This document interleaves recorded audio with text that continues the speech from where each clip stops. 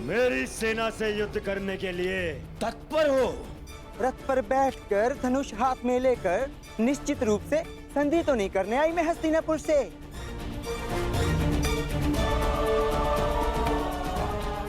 बृहन्नला नृत्य और संगीत ही नहीं जानती, और भी बहुत कुछ शेष है जो आपके समक्ष आने वाला है।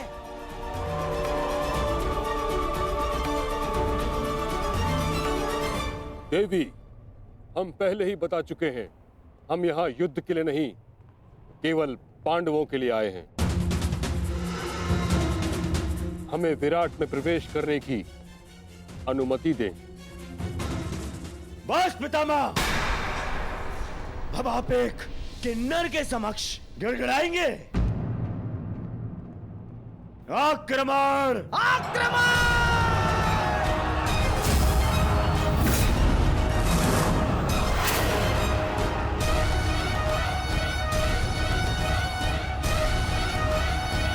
मैं अंतिम चेतावनी देती हूँ, विराट नगर की सीमा से दूर चले जाओ, अन्यथा मुझे अस्त्र चलाने होंगे।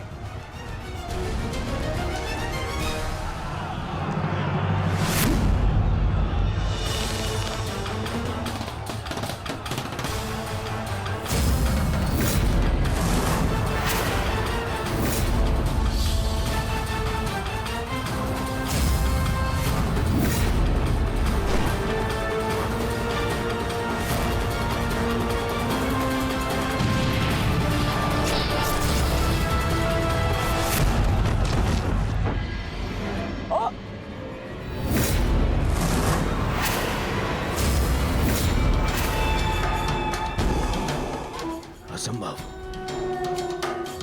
एक स्त्री ऐसा नहीं कर सकती। और ऐसा धनुर कौशल अब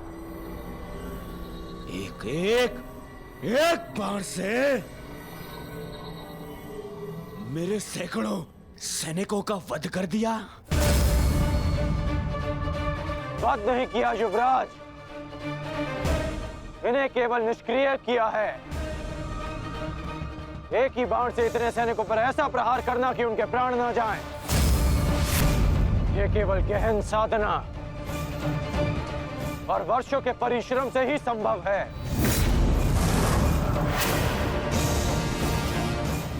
ये कोई साधारण योद्धा नहीं युवराज।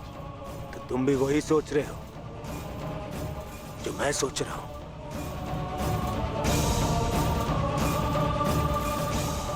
इसका कौशल तो यही संकेत कर रहा है, परंतु कैसे? ये तो एक किन्नर है। यदि ये वही है जो हम सोच रहे हैं, तो मेरा मंतव्य और तुम्हारा लक्ष्य आज एक साथ पूर्ण होंगे। बहुत गर्व है ना अपनी सैन्य शक्ति पर दुर्योधन, परंतु इन निर्दोष सैनिकों के प्राण क्यों गंवा रहे हो?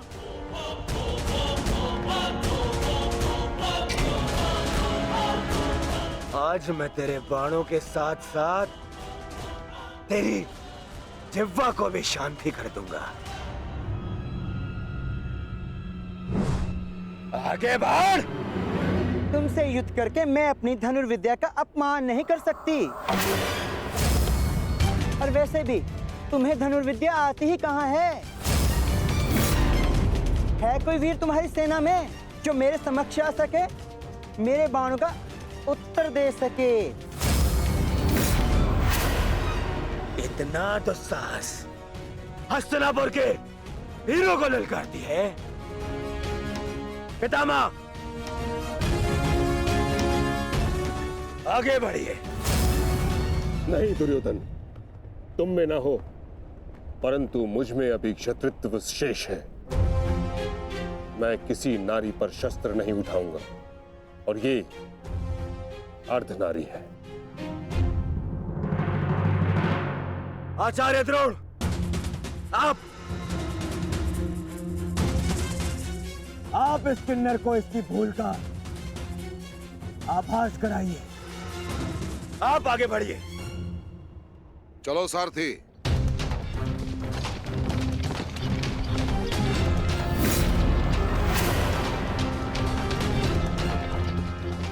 एक ऐसी परीक्षा है माधव जिसने मुझे लक्ष्य भेदना सिखाया।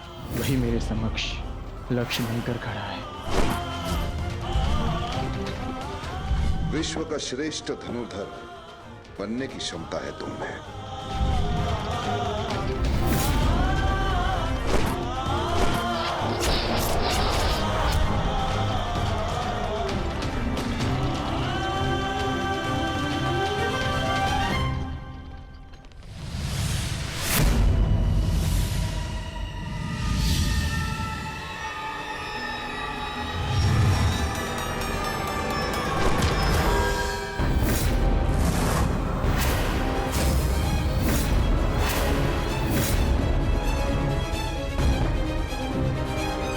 मुझे प्रणाम करने वाला ये किन्नर कहीं मेरा शिष्य अर्जुन तो नहीं, परंतु ये कैसे संभव है?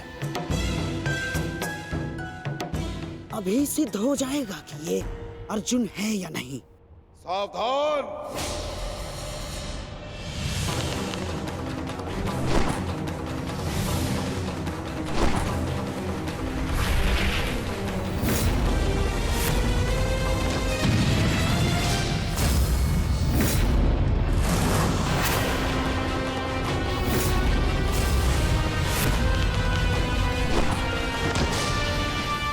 आचार्य!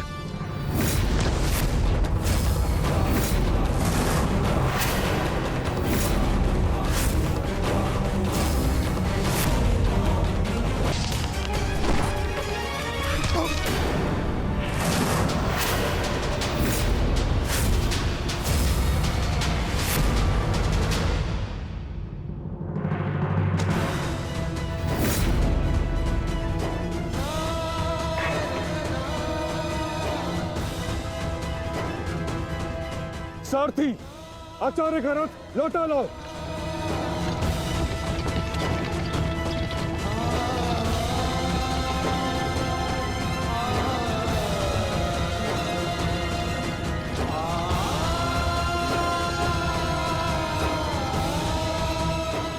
क्षमा चाहता हूँ गुरुदेव, मैंने कभी सोचा भी नहीं था कि आपकी ही सिखाई हुई विद्या का प्रयोग मैं आप पर करूंगा।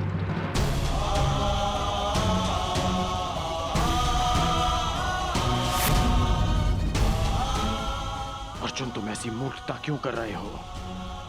अज्ञातवास पूर्ण होने में कुछ ही समय शेष है, फिर क्यों तुम रणभूमि में उतर आए? मैं माता कुंती को दिया वचन नहीं टूटने दे सकता।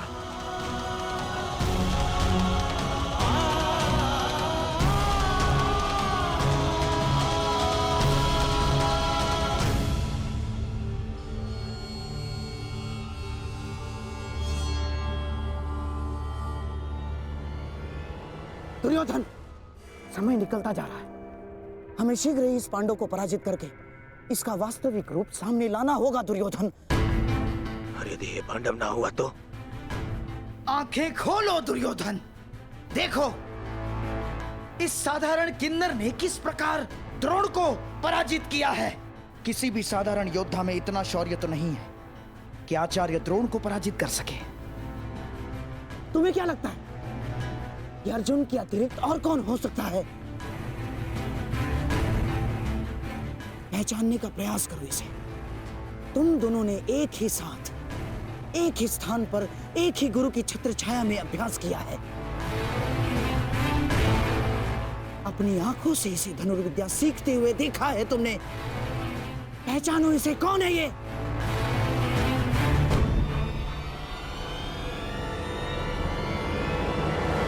अर्जुन। हाँ दुर्योधन, अर्जुन।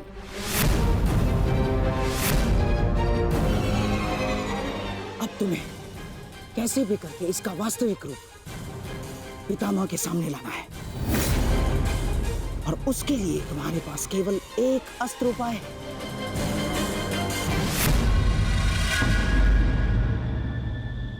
कर्ण। हाँ दुर्योधन, कर्ण ही वो योद्धा है जो अर्जुन का तोड़ है। और अब समय आ गया है हमारे कर्णास्त्र के प्रयोग का। मित्र कर्ण, ये कोई साधारण योद्धा नहीं है। मैं चाहता हूं कि तुम इसका गर्व भंग करो।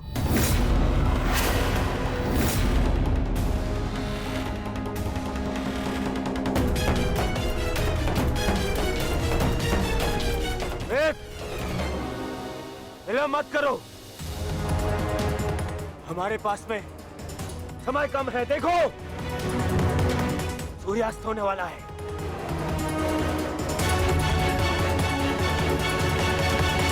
यदि एक मित्र का निवेदन स्वीकार नहीं है तो आप हस्तिनापुर के युवराज का आदेश स्वीकार करो। आगे बढ़ो, जाओ।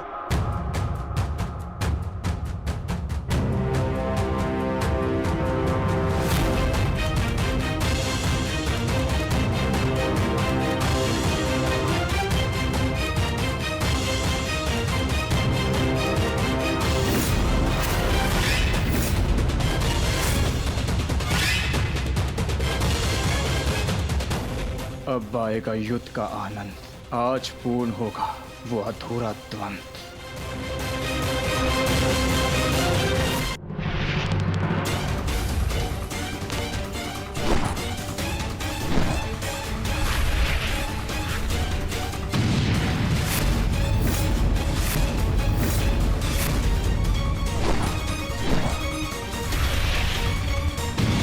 ये छोटे मोटे बाण चलाने का खेल बंद करो अंगराज। अर्जुन को सामने लाना है। वैष्णव अस्त्र का प्रयोग करो।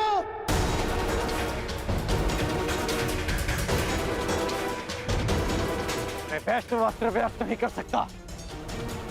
समझते क्यों नहीं हो अंगराज? इस धरती पर केवल एक ही महायोद्धा है जिसके पास पशुपतास्त्र है, और वो है अर्जुन। और यदि इसने पशुपतास्त्र का आह्वान किया तो इसका अज्ञातवास तो भंग हो जाएगा, और पशुपतास्त्र तभी सामने आएगा अंगराज जब उसके समक्ष महाशक्तिशाली वैष्णव अस्त्र का प्रयोग होगा।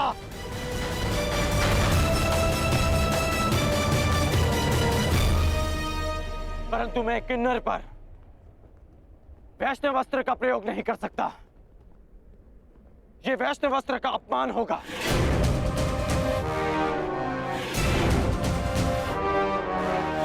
और वैसे भी ये अस्त्र बहुत शक्तिशाली है। तो हमारे सामने खड़ा योद्धा कौन सा कम है अंगराज? देखा नहीं, बात ही बात में उसने हमारे सैनिकों को कैसे धूल चटा दी। और तुम्हारा युद्ध कौशल हम कई बार देख चुके हैं, परंतु अब कौशल इसी में है कि समय बचा लिया जाए। समझे तुम?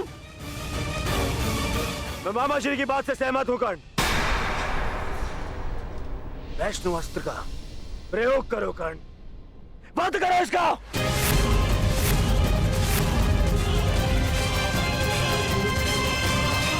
दुर्योधन, अब इस अर्जुन के पास केवल दो ही विकल्प है।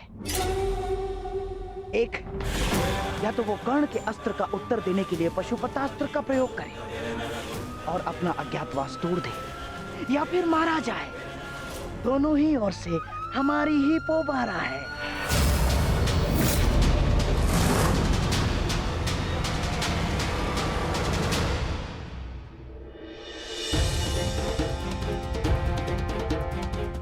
बस कुछ क्षण और, सूर्यास्त होने के साथ साथ यह अज्ञातवास दियास हो जाएगा। बस एक ही भय, हिरण्यला के अर्जुन होने का भेद ना खुल जाए। ज्येष्ठ, विराटनगर अब सुशर्मा से सुरक्षित है। हम अपना कर्तव्य पूर्ण कर चुके हैं। हमें शीघ्र ही अर्जुन की सहायता के लिए रणभूमि में जाना चाहिए।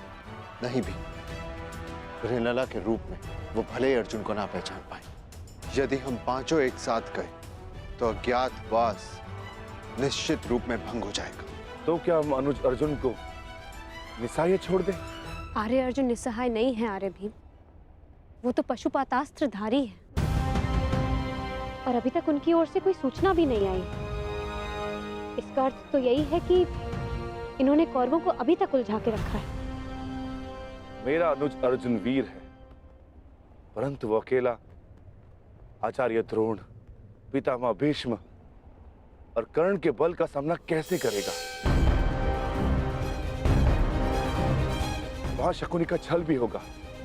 संशय में मत रहिए ज्येष्ठ, अर्जुन को हमारी आवश्यकता है।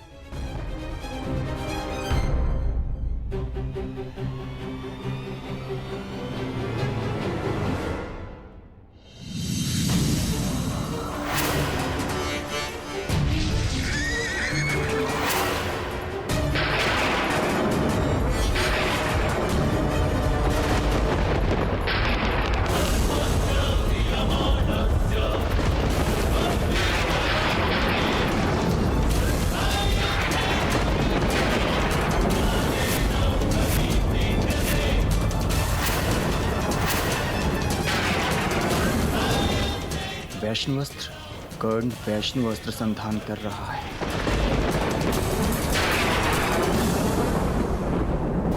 ये पशुपतास्त्र हर दिव्यास्त्र का उत्तर है अर्जुन। वैष्णवास्त्र हो या ब्रह्मास्त्र हो, पशुपतास्त्र सबको निस्तेज कर देगा।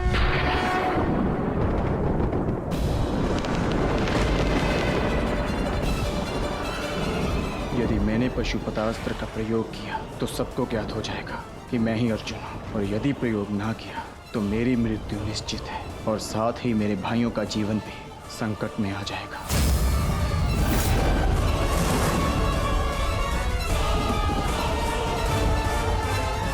12 वर्ष का वनवास और सही, परंतु मैं अपने भाइयों और पांचाली को निर्बल नहीं होने दूंगा।